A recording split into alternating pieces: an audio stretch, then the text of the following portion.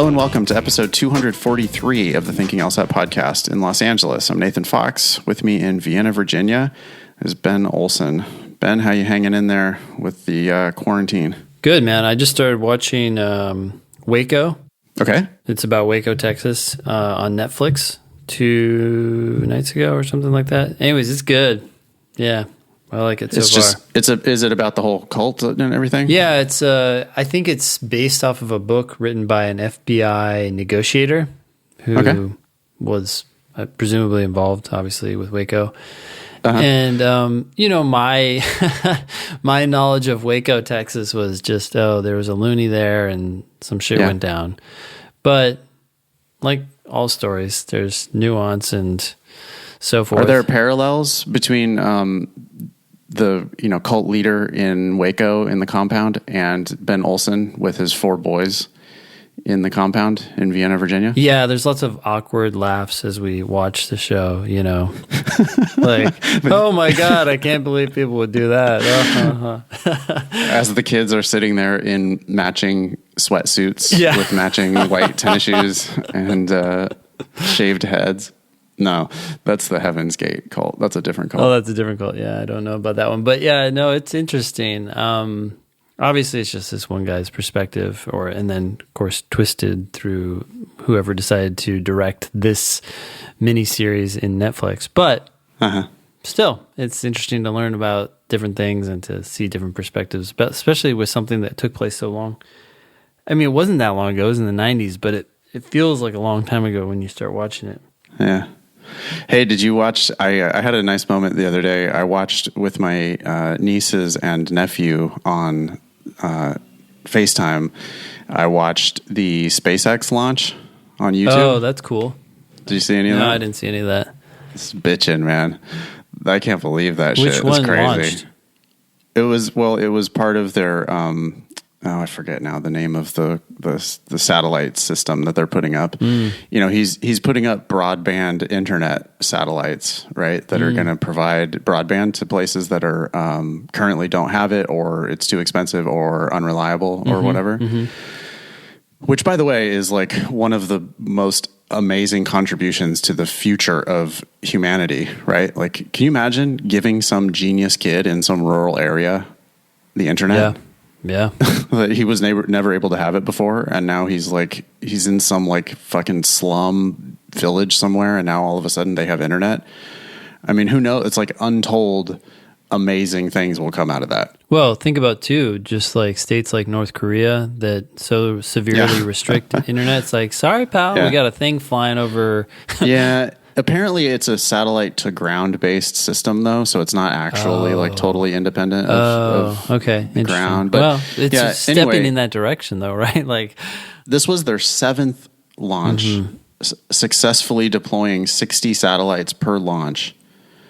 They're going to do 70 of these launches times 60 satellites equals 420 satellites, 4,200 satellites that they're putting up in this like mesh around, like surrounding Earth to give broadband internet to places that don't have it. But it was a crazy, watching it on YouTube was wild. They showed the launch, then the main booster breaks off. And because it's SpaceX, it's like, it doesn't just fall into the ocean. They land it. Yeah. They land it on the drone ship out in the ocean so that they can bring it back to the launch pad and use it again. Wow. And just crazy. I mean, it's humbling. Like, it's incredible to see the kinds of progress we're making at the same time as, the president is talking about putting bleach in your veins. Oh my gosh. At least we have scientific thinkers that are actually in charge of stuff. So that's good. On the show today, we have updates and news about the LSAT-Flex, of course. We have a question from a listener who is new to the LSAT and wondering where to start. We have a pearls versus turds email combined with a should I postpone taking the June LSAT question. Okay. We have an email from someone who can't focus on their LSAT prep during the whole coronavirus time.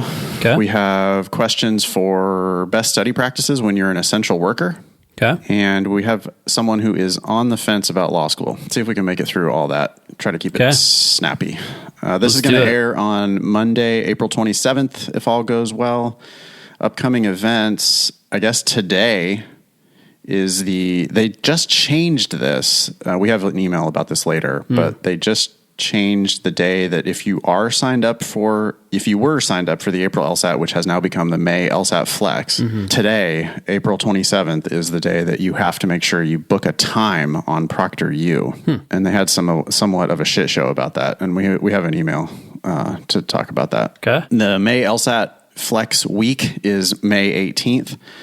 So if you're signed up for that, again, April 27th, the day that this podcast comes out, you're going to be booking yourself a slot during the week of May 18th so that you can take the LSAT Flex. If you weren't registered for April, then that doesn't apply to you. June 5th, a Friday, is the tentative May LSAT Flex score release date.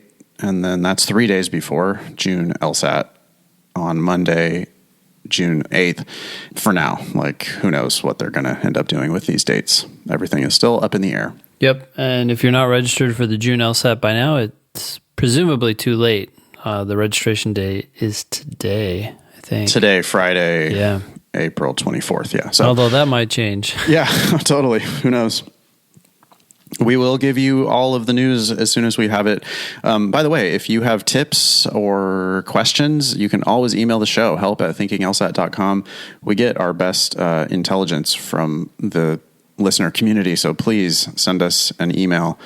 If you do and you want to use your, if you want to send us a selfie that we can use on our social media, please do that. But really, send us your questions and your comments. That's help@thinkinglsat.com. Leave us a review on iTunes if you get a chance. Hit the 5 stars. Write a few words about the show. Really helps people find us. All right, Ben, you want to take this first LSAT Flex email? Yeah, Ben and Nathan. This is an old email, but it addresses 2 points you discussed on the podcast today. April test takers were automatically registered for the LSAT Flex in May unless we choose another option. Oh, that's one thing we were talking about. Was it an opt-in or opt-out? So we did not have an opt-in. Because their email was unclear. Yeah. They said, tell us whether you plan to take it. But if you didn't tell them that you were going to take it, they opted you in. But then you had to make an appointment for ProctorU. So anyways, go ahead. Yeah, that's strange. So if you forget to do that, you still have to opt in. Yeah. Okay. In regard to the length of the test, LSAC said the test will be comprised of 3 35-minute sections to meet the anticipated demand and the needs of the remote testing solution. So maybe something about ProctorU can't handle the 5-section timing. I don't know. I buy this, Brittany says, since each test will be proctored live by someone via ProctorU. Yeah, maybe. Oh, that's why they shortened it. So they are claiming that it was the breaks issue, right? But it was like, really, how was someone going to cheat? Yeah. This timed section is over during the break. You can't answer any questions. So how could someone have cheated, right? I made a joke about looking up the answers in the bathroom. Yeah. But now we realize that they're actually going to have to have, I think with ProctorU, it's going to be more proctors. More proctors, and they're going to be watching you for 1 hour and 45 minutes. So the longer minutes the now. test, the more expensive it is, because they're probably paying these people by the hour, or the pricing that they're getting from ProctorU is going to be related to the length of the test. Yep. Now we see. Okay.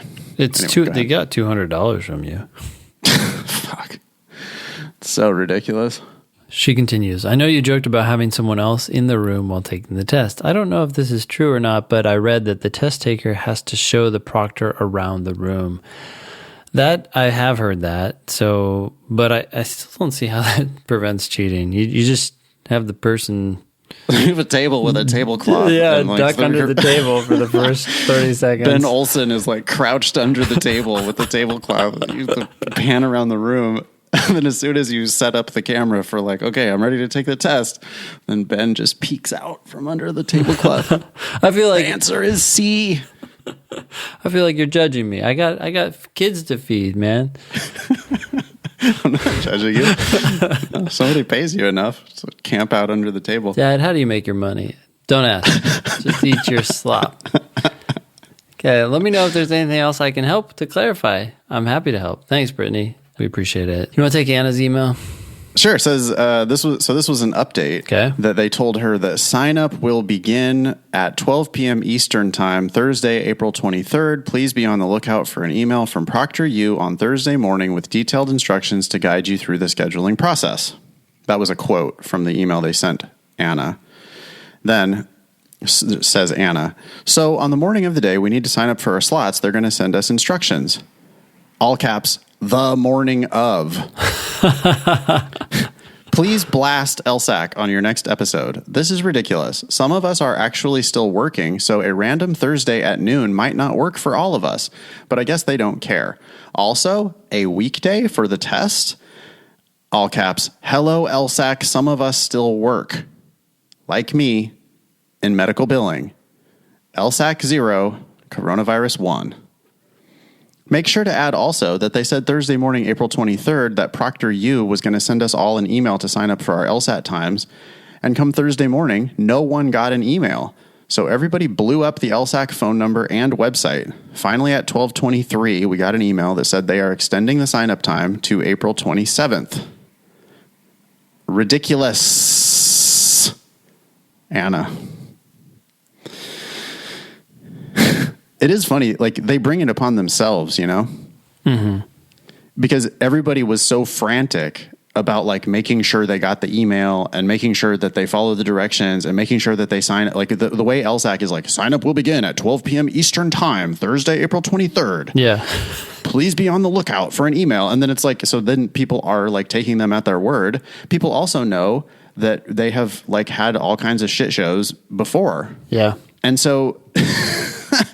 So then people are expecting it and like trying to register, like they're poised, right, with their finger on the button to like make sure that they sign up. Yeah, and then they're late.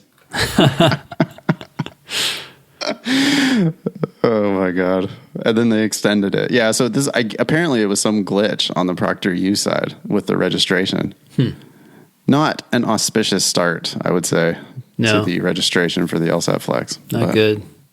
No. But hey, they worked this stuff out, and maybe this will become a normal thing. Maybe they can go online. Well, please, LSAC, come on, get your shit together and move your test online. Yeah. I mean, we're beyond the days of where it just makes any rational sense that people should be going to some college classroom to sit there in a room with your tablet computers, which now, by the way, you have to extra sanitize between every test. Ooh. Think about that huge investment they made in all those devices. Microsoft's like, it was a bad idea when they did it, and now, in light of the corona shit, it's a real bad idea. It also caps their ability to expand the test. I don't know. It's just interesting. Anyways, okay. Next email.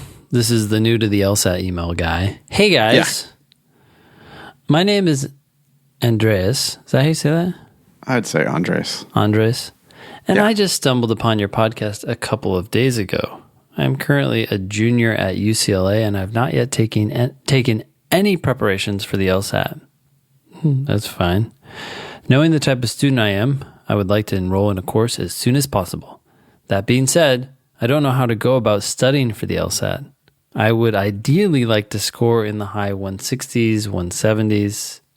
That's a common aspiration, by the way. Mm-hmm. I obviously have no experience or expectations for how long it will take me to achieve those scores consistently, so I'd very much appreciate it if you could point me in the right direction. I'm looking for a consistent routine lasting 6 months to a year, depending on how much improvement I need. Dude, did someone in the back office of LSAT Demon write this email? It almost sounds like it's like setting us up for a commercial. Like, thank you for providing clarity and guidance for all of us who want to go to law school, and I hope to hear from you soon! ! Yeah, I mean, LSAT Demon Live allows you to study with us every day of the week and drill when you're not in a Zoom meeting with either me or Nathan or some of our TAs. So yeah, I would just go to lsatdemon.com and start drilling. As soon as you create an account, you can do a free trial and then start sitting in on some of the classes. The thing that everyone needs to get their minds wrapped around is that the LSAT is all about doing official practice problems, making mistakes, and then learning from those mistakes. I think it's very easy for people to like want this immense structure, like, oh, what's the very first question I should do? No, it doesn't matter. Just do an official question, get an explanation for it, get your mind wrapped around that question, and then move to the next one. And pretty soon you'll find yourself doing better and better on the actual practice exams. Yeah, totally. I mean, Andres, I don't think you need to make a plan for 6 to 12 months. I think you just need to do something today. And if you go to the Demon, I mean, we got 3 different subscription levels, but the highest one, the live level, you could be in a live class with me or with one of our TAs or with Ben today. I mean, today or tomorrow. And we've got, like Ben said, we've got every single day we have live instruction happening on LSAT Demon Live. So join us. You can make progress right now, and we can reevaluate once we see where you're at. This idea of tell me what to do to score in the 160s or 170s. It's like, well, I don't know, because it depends where you start. It depends what your weaknesses are. But I don't know what those weaknesses are, and I don't know what your starting level is until you like actually start. Yeah. So you don't need to sign up for like it's just a whole new world. Like you don't have to wait for a course to start. You don't have to, sign up for some grand, huge package in advance. It just sign up for a month, or do the free trial. And then if you decide that you want to study with us, just join at whatever subscription level, gives you the things you think you want. There's good reasons to subscribe at all the different levels. Yeah. But I think live is, honestly, I think it's a hell of a bargain compared to how much LSAT classes used to cost. The fact that it's now $295 a month and you get live instruction every single day, you get immense value out of that $295. Yeah. So get cracking right now. And I don't know that it has to take you 6 months to a year. Nope. Why? It's like he's like asking for how do I go about this? Yep. But then he's also saying, I am looking for a consistent routine lasting 6 months to a year. Well, maybe I don't know. That's potentially extra. That's great that you're willing to do that because this is the beginning of your legal career. So that's awesome. But many people are going to get it done in a lot less than 6 months. Yeah. So, and not everybody. Some people are going to take 6 months or a year. But there's a wider range, I think, than people think there is. Yeah. So I would just say, get cracking. Get cracking. Pearls versus turds time? It is. This is the segment of the show where we take a bit of received wisdom from the internet or mostly from people who email help@thinkinglsat.com and suggest a piece of wisdom that they have gotten from the internet somewhere or that they made up themselves or whatever. And they just kind of run it through the grinder here to see if we think it is a pearl of wisdom or a turd. And most of them turn out to be turds. Right now, we've got 7 pearls, 32 turds, and 15 ties. And it says, "Hi, Ben and Nathan. I have a pearls versus turds idea for you! ! Background. I've been scoring consistently high on my LSATs, averaging 170. But my worst section is reading comp. I generally miss between 3 and 5 questions per section. I think this is partly because I wasn't an avid reader growing up, so my brain doesn't have the natural skill to read quickly while comprehending everything. Even when I miss a question on LR, it's usually due to a reading comprehension problem." Well, that's pretty universal, wouldn't you say, Ben? Mm-hmm. Yeah. Most mistakes on the LSAT come from misreading. Pearl/turd.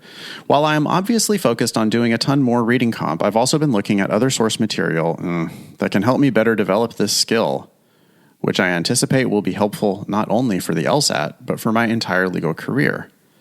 So, in addition to my usual LSAT prep, I'm perusing reading comprehension books with tips on visualization techniques. I also downloaded this app called Elevate that has fun little games you can play every day designed to train your brain. Let's stop there because that's the pearl versus turd. And then there's a question, which is a totally separate topic. So what I want to know is, you said you're perusing reading comprehension books with tips on visualization techniques.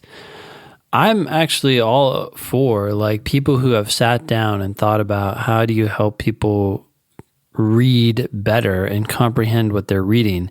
My challenge has been that a lot of these books are geared toward people learning how to read.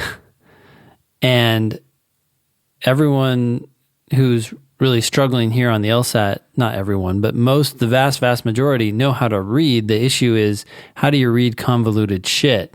And most books that talk about deconstructing convoluted shit talk about, well, there's just not that many books about them. So I'm curious what the actual tip is. Like, I'm perusing reading comprehension books with tips. What are the tips? That's what I want to know so I can decide whether they're good or bad. I know. I think it's a more information needed. Right. We don't know, like, without a specific book or without a specific tip. I mean, there is this app, Elevate. What do we think generally? What do we think about doing some other app called whatever, which with fun little games you can play that are designed to train your brain? I have a feeling I know what you're going to say. Just go do LSAT questions. I mean, I'm skeptical of these kinds of apps. Totally. I feel like they claim to be based in science and research, but I'm like, okay, I think you're getting better at those games. I don't know that you're getting better at the LSAT. It's probably good for people, but I'm voting turd. It just seems like a waste of time. We have 90 whatever LSAT tests. We have 360 whatever passages of reading comp. Yeah. You know, are you done, Annika? Are you done reading all of the 360 plus passages and answering the, what is it? So each passage has like 7 or 8 questions. Yeah, so we're looking at 3,000, couple 3,000 RC questions. I can't imagine that you're going to, what could possibly be better for learning LSAT reading comp than just doing LSAT reading comp?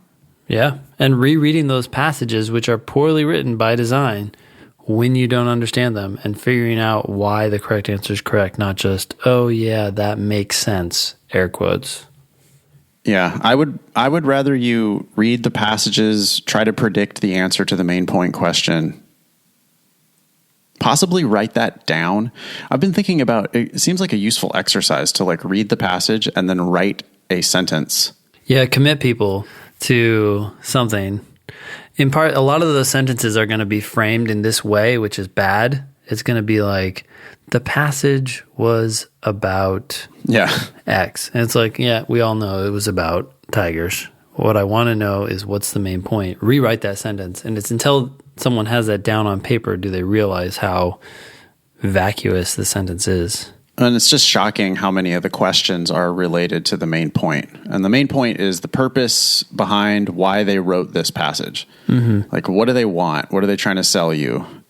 And yeah, you're right, Ben. People, the passage was about, no.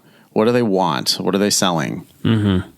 You know, they think something's good, right? Or they think something's bad, right? Yeah. Okay, why do they think it's good? Why do they think it's bad? Yeah. Do they want me to do something about this?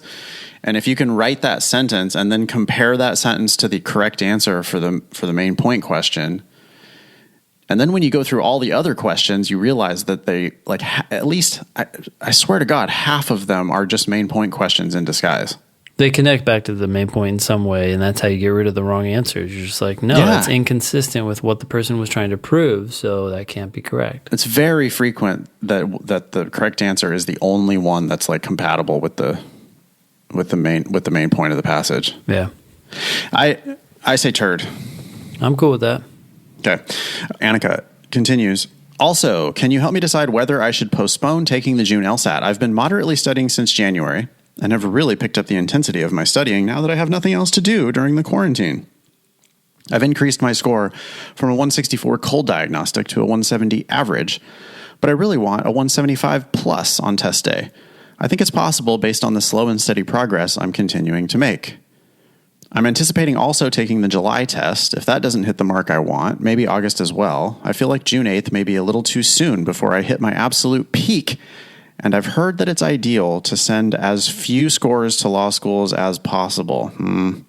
Sorry if I'm being too perfectionist. Yeah, I think you are. On the other hand, if June 8th is a flex test, maybe it will increase my chances of getting a top score. What? Thoughts? Thanks. Love the podcast. Annika. It's April right now. April is ending, but you still have May. So that's a month. You're already in the 170s. That means you're not reviewing that many questions when you finish a test. I feel like you can close the gap here. I know we've said this before, and this is partly a financial decision, but I would just stick with June. You can always withdraw the night before. Well, the things might be changing, but withdraw sometime close to the test if you're really like not where you want to be. I would just keep that option open. I always think that's the smartest move for people who are at least a month or two away. You just don't know what's going to happen in that time frame, especially if you're studying a lot. And it sounds like you are. So if you don't take June, then July is your first attempt. Then that's like your only test where you could still apply at the very beginning of September. That's true, because your next test after that is at August, but that's the end of August.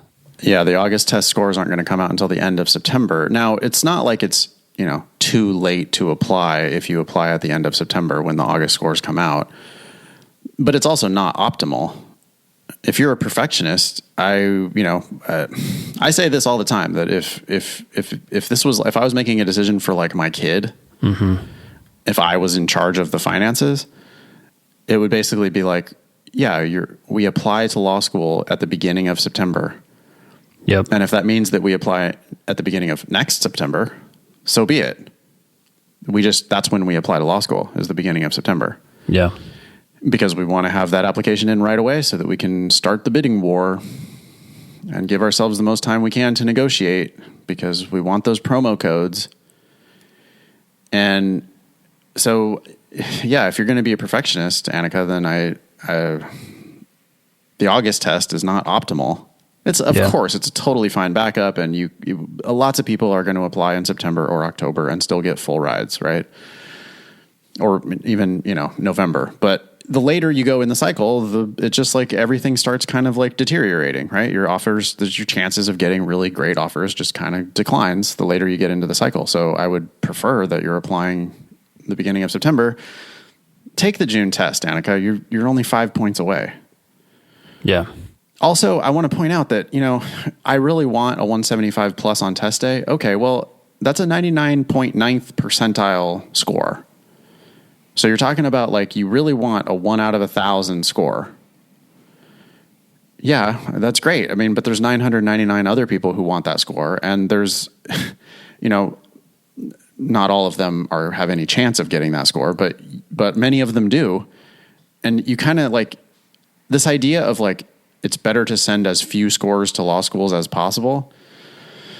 I think that's drastically outweighed by the fact that law schools really care most about your highest score. Yeah. / most schools explicitly only care about your highest score. Yeah. And maybe that's not true for the very, very top HYS, but it's totally true for almost every law school. Only care about your highest score. Yeah. So to get yourself that 175 plus, I mean, multiple chances at it are going to really help you get that 1 in 1,000 shot. So take it. You got it. Why do people think the June 8th, if it's a flex test, maybe it will increase my chances of getting a top score? Why do people think that? Because it's shorter? Okay, but I just don't think the scores for the flex are going to be higher than the normal scores. Yeah, it's going to play differently for different people, especially if you're good at LR. Now that's not worth as much. Yeah, for the flex only. It's not that big of a deal. It's like a small change, but I don't know. I think you just need to take it. I think everybody needs to just basically take it.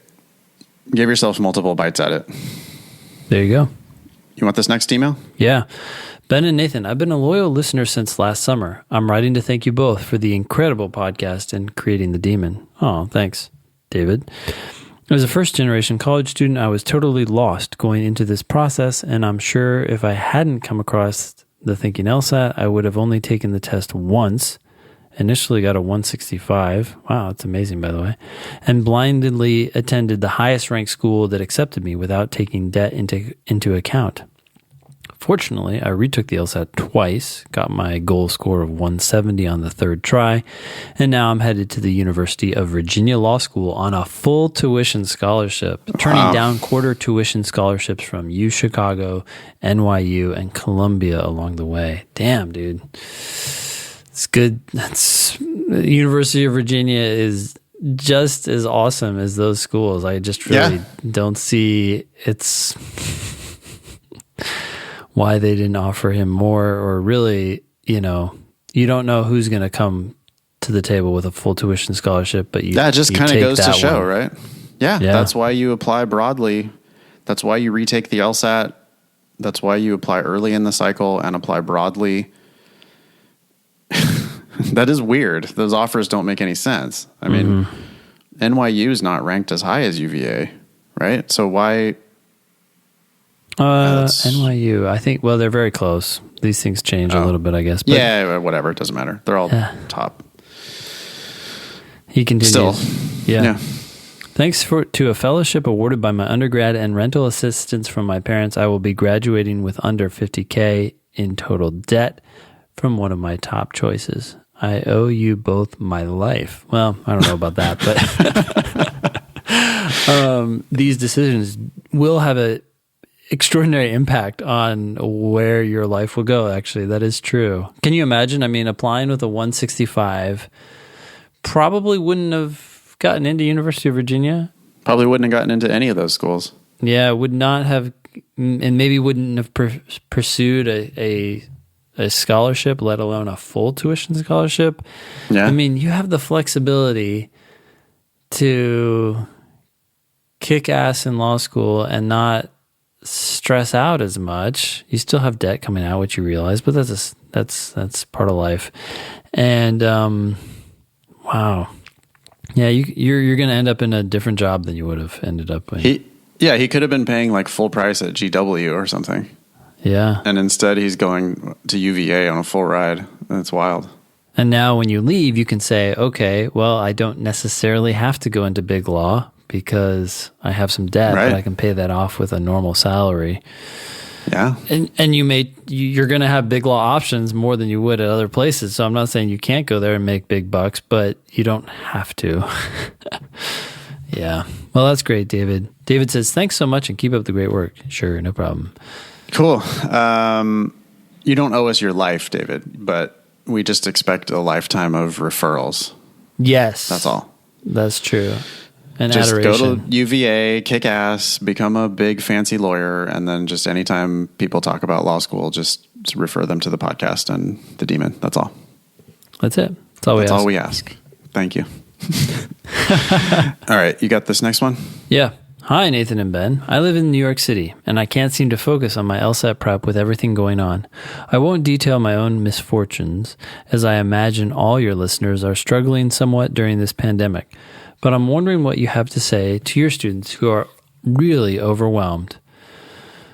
Okay, I'm registering for the June test soon, and I've been studying for a few months now. Score ranges from 157 to 161. I'm getting in drills every now and then, and I've scheduled an hour for LSAT in my calendar. I've scheduled an hour for the LSAT in my calendar. I'm assuming hour a day, I think. Yeah. Mm-hmm. Any other tips? Thanks for your time. Stay safe. Anonymous.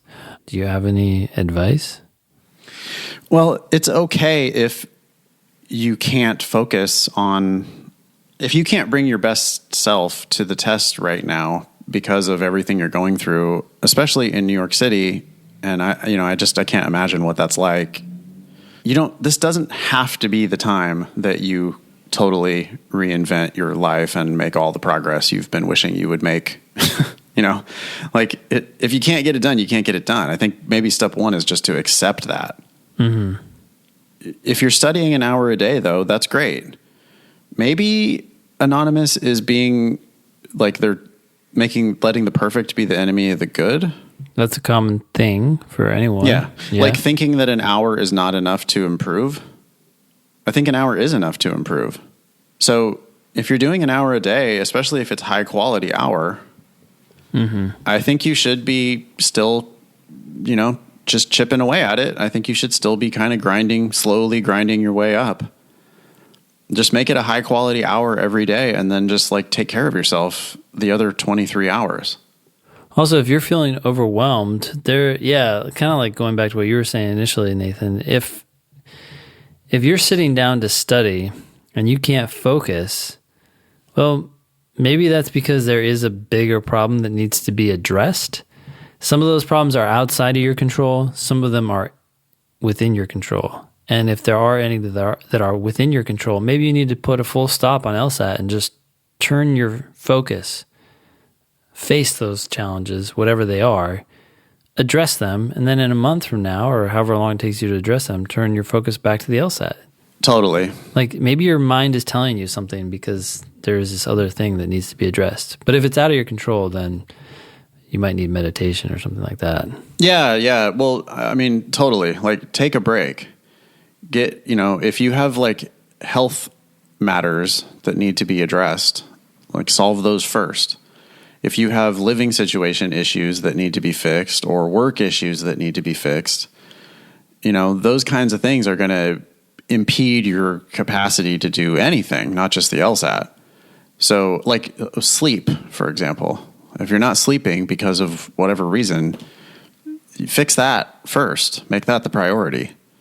And if you're feeling burned out, I mean, when people say, I was wondering, I'm feeling a little bit stressed and I'm feeling a little burned out. Do you think I should take a break? And I'm like saying yes before they get done with their statement, right? I'm like, before they get done with their question, I'm like, yes, take a break. Please stop. Like you're killing yourself. So take a week off, Anonymous, and just sort out your, situation as best you can. And whatever challenges that you are facing, if there are any outside of the LSAT, it sounds like there are, almost always it makes sense to break them down into smaller and smaller tasks. You may have some big problem like, I've got to find a new housing situation or whatever it might be.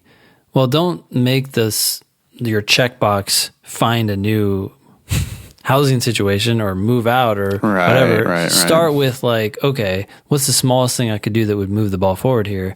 Spend 5 minutes looking at places on Zillow. Yeah, totally. Exactly. And so take your challenge, whatever it is, break it down and start checking off things and move in that direction and then turn your focus back to the LSAT. Totally. Yeah. Stay safe. This is I really hate the word unique, but this is, unique times. Nobody's ever seen anything like it. Yeah, it's going to be fine. We're all going to get through it. Life is probably never going to return 100% back to normal. I think some things are going to be permanently changed. But some of that's going to be permanently changed for the better. And hopefully you can just be optimistic about what the world's going to look like on the other side of all this. And law school's always going to be there. The LSAT's always going to be there. There's no rush. It's totally fine. If you want to put this whole thing off for a year, it's probably smart anyway. I don't think I've ever told somebody like, no, you should rush into it. Like, it's critical that you just get going right now. Like you have to, it's so important that you apply this fall. I've definitely never said that to anyone. Yeah. So it doesn't matter, Anonymous. Like you wait another year and it's probably better. Hey, this is kind of random, but you were talking about how life is not going to go back to the way we knew it necessarily, right? Yeah. I was thinking about this yesterday. I was at the grocery store buying some food and they have these these plastic visors. They're between the worker and the checkout person. Yep. And I was thinking about that. I'm like, well, they've invested all this money in putting these things up, right? Like, at what point do you say, okay, let's take them down? Like, I don't think they're ever going to take them down. Like, no, because they make sense. They make sense. Yeah, now you can't, or you're less likely to get sick from someone you're checking out with who, Corona gets taken care of eventually, but who knows what other random sickness there is floating around. We pass each other colds and flus every year and act like that's just part of, like, it's just like, oh, it's inevitable, but it's not inevitable. Yeah. Like, I think handshakes, are just permanently canceled. Yeah. It's just not necessary. We do not need to be physically touching a million other humans. We're dirty. So we don't need to be doing that. It's fine. We can do the little peace sign from 6 feet away. It's fine. We don't need to be, what else was I thinking about? Oh, just the absurdity of, classroom education. Mm-hmm. It makes no fucking sense for a million reasons, including infectious disease. Mm-hmm. Like if we decided to, go back to teaching live classes, there's something, it's fun, I suppose, but there's lots of costs to it. I've talked before about the commuting and the, everybody having to be on the exact same time frame, and just there's a million reasons why it's like not efficient. Mm-hmm. But what about that one? What about the what about the fact that someone in the room is going to have the fucking flu? Yeah. And it's totally unnecessary to be getting together in that small room with this person. When you get together with 30 people in a room, somebody's sick. Mm-hmm. They don't even know it yet, but they're contagious. Yeah. And it's just not, I don't think rational people, I think that like there's going to be me among them. I think I'm just going to be like thinking really hard about why, like, wait, do I really want to go to the Dodger game and pack into the bleachers with, pack into Dodger Stadium with 60,000 drunk screaming people just screaming over the top of your head all day? Yeah. You're shoulder to shoulder, even to get through security to get into Dodger Stadium. Yeah. Like, why would we go back to that? It's just kind of, I don't know. It's like, I suppose it was fun, sort of, but it was also like ultra expensive and time consuming. And there's so many other options. Yeah. Including video games. God damn, the video games are good these days. They really are. So, no, I don't know. Just there's a lot that's not. Did I say this already? CSU Northridge here in Los Angeles already announced that fall semester is going to start online. You did. So that's fall semester for the entire university is going to start online. But it just illustrates the absurdity of what's the point of it anyway? I mean, I would think that they at least need to give everybody the option to do it online. Yeah. I mean, because this isn't going away anytime soon, for people who like live with immunocompromised people, there's no way it makes sense. Like, imagine if you had like a healthcare worker who is studying for the LSAT, or just a healthcare worker who's studying for the NCLEX or whatever, or the MCAT or whatever. Mm-hmm. Do you really want them going into a live classroom to study for that? Yeah. When they're also then going to the hospital to treat patients? Yeah. Of course you don't. We should be trying to stay away from other people, other humans. Like, there's like community and socialization and all that stuff, but you can do a hell of a lot of that online too. Yeah. My Dungeons and Dragons group has been playing more often since Corona times. We played last night and it was like incredible. And we just played on Zoom. Everybody's at home. It's now way easier for us to get together. We play more often. It's easier to schedule, and it's easier for everybody to do. Yeah. Now that we're just like purely online. Yeah. And everybody's working from home. I mean, offices have to be canceled, right? That's like the dumbest thing in the world. That's been the dumbest thing in the world for a long time. Yeah. Having a business office address when you do anything other than like retail, or like, explain to me why you have to have cubicles next to each other instead of just having everybody work at home. What's the possible value of that? Yeah. Especially since the open office format proved to be a failure, right? Productivity went down rather than up. Yeah. And it's now totally canceled because of the potential for spreading viruses around. Yeah. It's just a silly, some business consultants, came up with that. Like, oh, here's a thing we can sell people. You pay us a consulting fee, $10 million, so that we can come in and totally change around all your office shit. Now everybody's together in the same room and distracted all the time. And then it's like, I don't know. I think many, many businesses are running way better now that everybody's just at home all the time. Yeah. Everybody gets to manage their own shit. And it's just easier. Yeah. Well, there definitely are some businesses where people, I think you have like families and stuff where the distraction at home is worse than whatever it was before. But somehow, well, that's part of a problem having kids at home too. That's just because, that's a separate issue, right? That's just, you got kids and like people count on school to provide free babysitting for their children. That's what the schools don't seem to understand these days. Their primary function is babysitting, but they're like thinking that their primary function is teaching. So they keep providing parents with teaching methods and materials. And you're like, dude, I have to sit down and like work through all this stuff. It's like, now I'm just doing what you're supposed to be doing. Sorry, a little random tangent here. It is funny. I mean, this has made people think, people who don't have kids and people who do have kids are having a very different coronavirus experience. My life is very different from yours. And my sisters. Oh my God. I call my sister all the time and I talk to the kids on FaceTime, and it's just like, you are living with those things 24 hours a day. That's fucking crazy.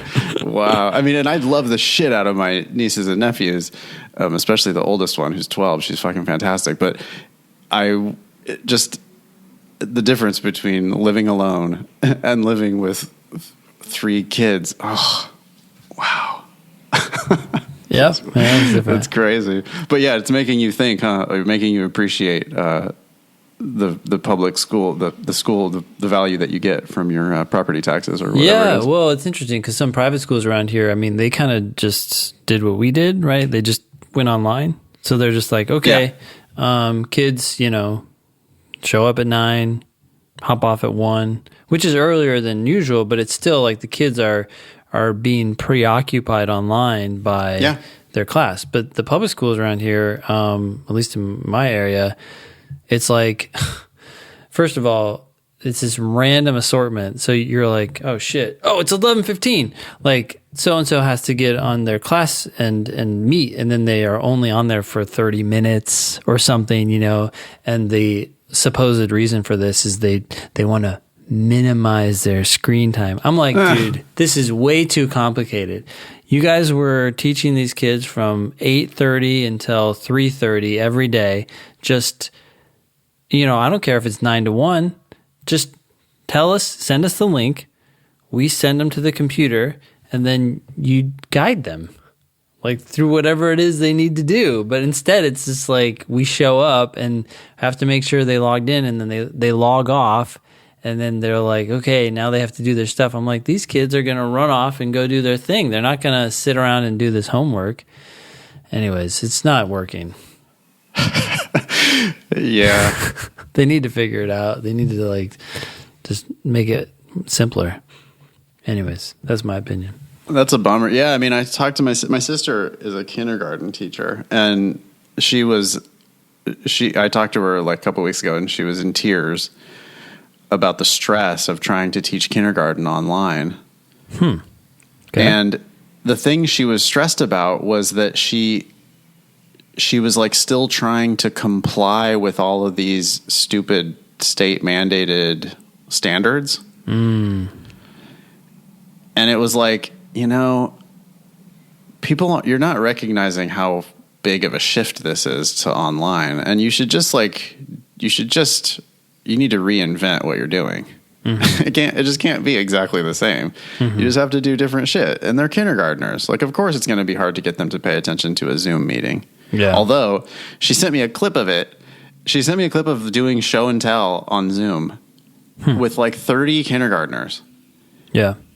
And the kids were they were like rapt. They loved it. Yeah. They were like sitting there watching the other kids show, their kitten or show their Legos or whatever. And because this was the brilliant thing, is that my sister could mute. Yeah. There's no need to try to keep the kids quiet. You just mute everybody except for the one kid who can talk.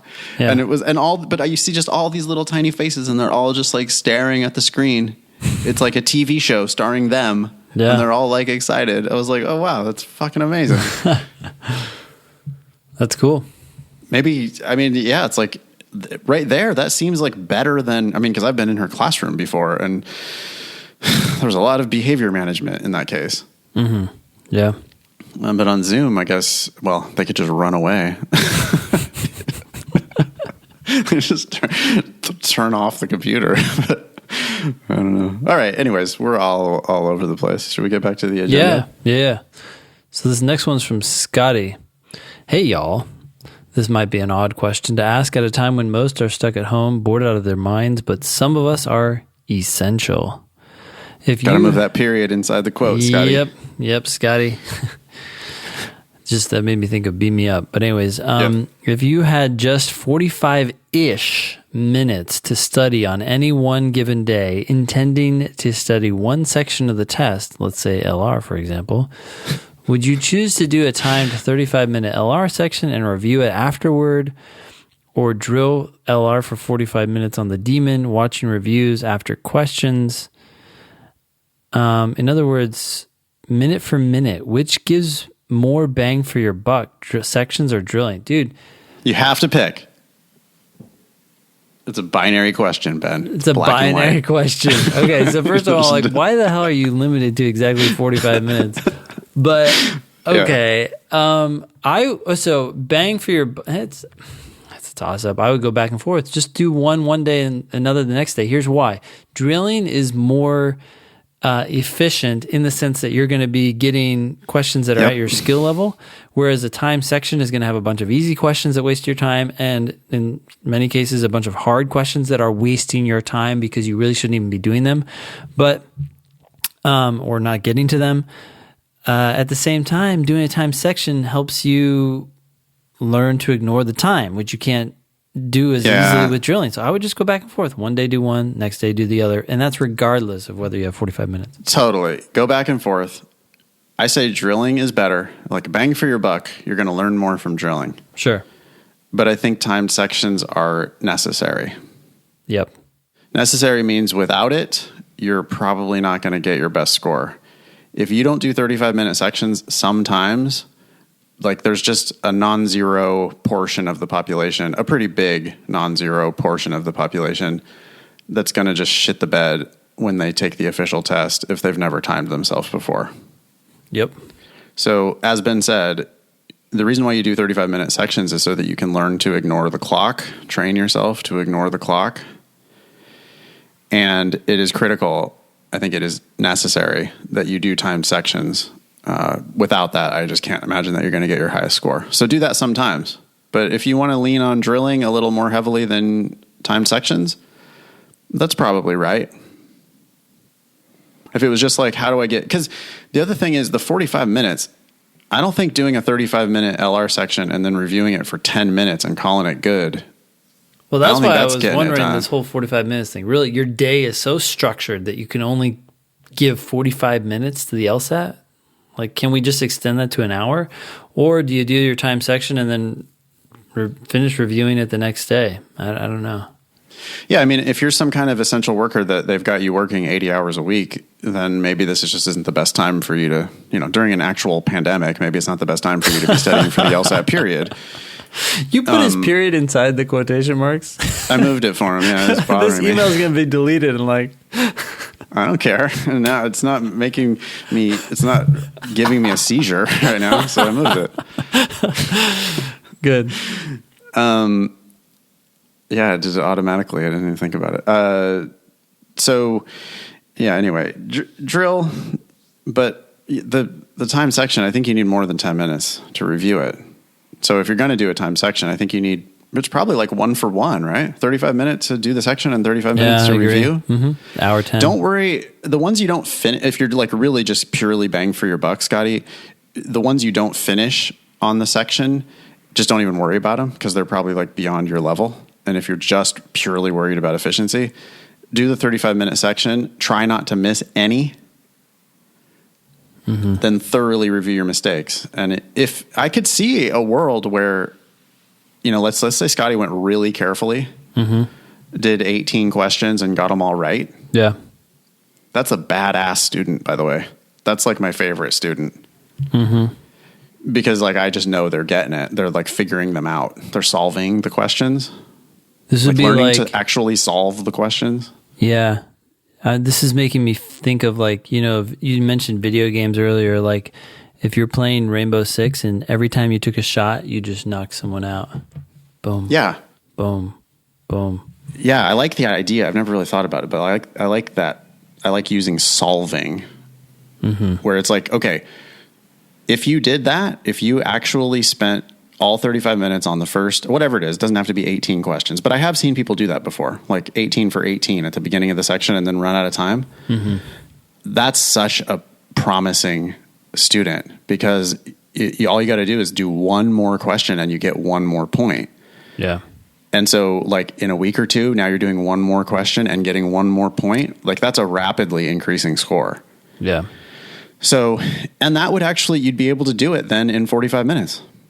Like if you make 0 mistakes, then okay, great. I think that's what Scotty should be going for. Like if you're really only, like let's say you're actually limited to 45 minutes a day. Yeah. When you do your sections, Scotty, I don't want you missing any. This advice actually goes for everybody. I just don't want you missing questions. Yeah. You got to be solving the questions. You can solve them and actually find the one and only one possible correct answer. Yep. And if you treat the test that way, then you're going to like really deepen your understanding. Like that's for sure the fastest way to improve. 100%. So 35-minute sections, try not to miss any, and then it shouldn't take you that long to review your section. But what people do is they race through the section and they miss half of them, and then it takes them an hour and a half to review the section. Yeah. Okay. Thanks, Scotty. Thank you. I hope you get the most out of those 45 minutes of study time that you have every day. I do think you can get a lot out of 45 minutes if you do it the right way. Yeah. Okay, last one. On the fence about law school. Hey, Ben and Nathan, I was able to get my seat deposit deadlines extended to May. Some schools actually are just eliminating their seat deposits altogether right now in Corona times. But I'm still on the fence about going to law school. I'm deciding between 2 full rides from regional schools. I would still need to take out loans for cost of living at both schools. If I were to go to school where I currently live, my first choice, I'd only have to take out $40,000 in loans over the 3 years. Though this is the cheapest option, I don't know if I want to stay here my whole life. I also don't know if law is the right sector for me. Your podcast, a number of books, and my informational interviews with lawyers has made my decision more difficult. Yes, all of this material has made me more than aware of the risk involved in going to law school and incurring more debt, for I would be $120K total in debt. She skipped a sentence there, but this is for her other school that she's considering, right, Ben?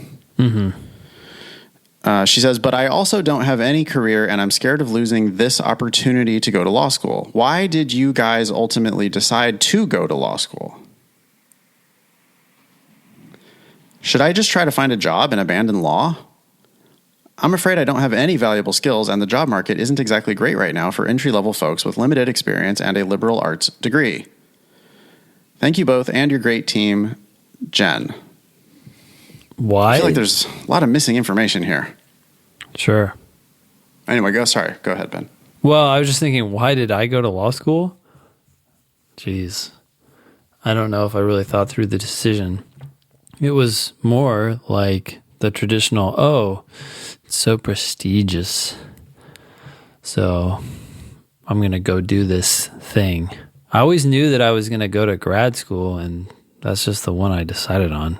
I don't know that that's a helpful metric for anyone. Yeah, we come from very different backgrounds, Ben, because your folks were educated, had your dad or your mom and dad had graduate degrees? Yeah, they met at Stanford both in PhD programs. Right. So, and my folks met in kindergarten, and neither of them went to college. Okay. Yep. So, for you, grad school was always default option. You just knew you were going to grad school. You're the Yes. parent. You're the child of people who went to grad school. Everybody goes to grad school. Yep. So it was just like, which grad school? Okay, well, law, because it's inevitable. Yeah, let me just pick one. Like Yep. you went to grad school the way I went to college, or almost like the way I went to high school, because I was first generation college. But it wasn't ever, grad school was never, I never even considered the possibility of grad school. That's crazy, Ben. Like you were 100% for your whole life knew you would go to grad school. I didn't even know grad school existed. When I was in college, I was like, well, this is the end of education. I was happy when I got a 1.7 GPA one quarter. I got all C minuses, which meant that I didn't have to retake the test. Or didn't have to retake any of the classes. They all counted toward graduation. And I didn't have to retake them. And I did no work in any of the classes whatsoever. I just showed up and took the finals. And I got all C minuses. And it was like my greatest achievement. I was like, yes, perfect. Because I was like, well, no, I mean, the point of college is to just you get your college diploma and then you're done. Great. Good. Yeah. I'm done with education. Good. And I never even imagined that I would go to grad school, end up going to grad school 3 fucking times. Yeah. In law school, never even thought about it. But ultimately, Ben, we both made the wrong decision to go to law school without knowing what lawyers do or without really wanting to be a lawyer. Yeah. And just did it because a lot of what Jen is saying here, I don't have a career and I'm scared of losing. Well, not because of that. I'm afraid I don't have any valuable skills and the job market isn't exactly great right now. That's why way far too many people go to law school because of that. Yeah. You're solving a vague problem with a vague solution. If you need a job, you need to start hitting the cement and talking to people that random people. Going to law school as a default option, going to law school as a I don't know what else to do option, it's a recipe for just disaster. It's such a waste of time and such a waste of money and just such a dumb idea. That is the world's worst. You should go to law school because you want to practice law. You know what that is like and you want to do it. Yeah. If it's just well, I don't know what else. I'm a liberal arts major. That is not the reason. God, that's not the reason to go to law school. Yeah. And that's what I did, basically. I mean, I don't know. I had a couple of graduate degrees already before I went to law school, but I just didn't know what to do with my life. I don't know. I was just trying shit. It's an expensive way to try shit. It's a super expensive way to try shit. I could have got a job in a law firm. They would have paid me instead of me paying them. And I would have quit after 2 months and just been on to other stuff. It would have been such a better, I would have learned more about law in those 2 months of working in the law firm and hating it and quitting. I would have learned way more about the law than I actually learned in 3 years of hella expensive law school. Yeah. So it's Jen, you don't have to treat this as if it's a black and white, this thing. I'm scared of losing this opportunity to go to law school. What? What do you mean losing this opportunity to go to law school? Because why? They're always going to be there, more desperate than ever, to have you come to their school. You should actually focus on losing the opportunity to do something more fulfilling. Yeah. That's what you're losing. Yeah. Boy, this seems... If you have doubts, don't go. Just wait a year. I don't know if law is the right sector for me. Okay, go get a job in a law firm. Yep. You just get as lawyer adjacent as you possibly can. Even if you just have to be the receptionist, whatever. Do that for a while. Get your foot in the door, meet some people, learn as much as you can about legal practice, and then figure out whether law is the right sector. She's done informational interviews and read books and stuff. That's a great start. But man, if you have a doubt, why don't you just get a job? Yeah. And even if it makes shit, making something is more than making nothing. If you start going to law school, even on your full ride, you're just going to be borrowing your living expenses so that you can study law. And instead you could be getting paid to learn more about what law school or more about what legal practice actually is. by working inside of a firm. Yeah. This seems like a no-brainer, Jen. Please don't. Just turn down the offers. You can always reapply next cycle or the cycle after that. If they were willing to give you a full ride this cycle, they're going to be willing to give you a full ride next cycle as well. I see no reason why they wouldn't. Yep. Okay, cool. Should we wrap it up there? We should. Ben's going to go take a nap. Join the Thinking LSAT podcast group on Facebook. We are at Thinking LSAT on Instagram and Twitter. I am at nfox on Twitter, and I've been using Twitter a little bit more recently. If you want to find me there. Ben, I don't know if you're using Instagram, but you are at Innovator Ben on Instagram. Go to lsatdemon.com to study with us. We are live on Zoom every single day of the week, and you can use the Demon 24 hours a day, and you could start with a free trial right now. So go do it. Just a reminder that you can listen to the show a million different ways: Spotify, Apple Podcast, YouTube, Stitcher, and our website, thinkinglsat.com. That was episode 243 of the Thinking LSAT podcast. Thanks all y'all for listening. Nice knowing you. Don't pay for law school.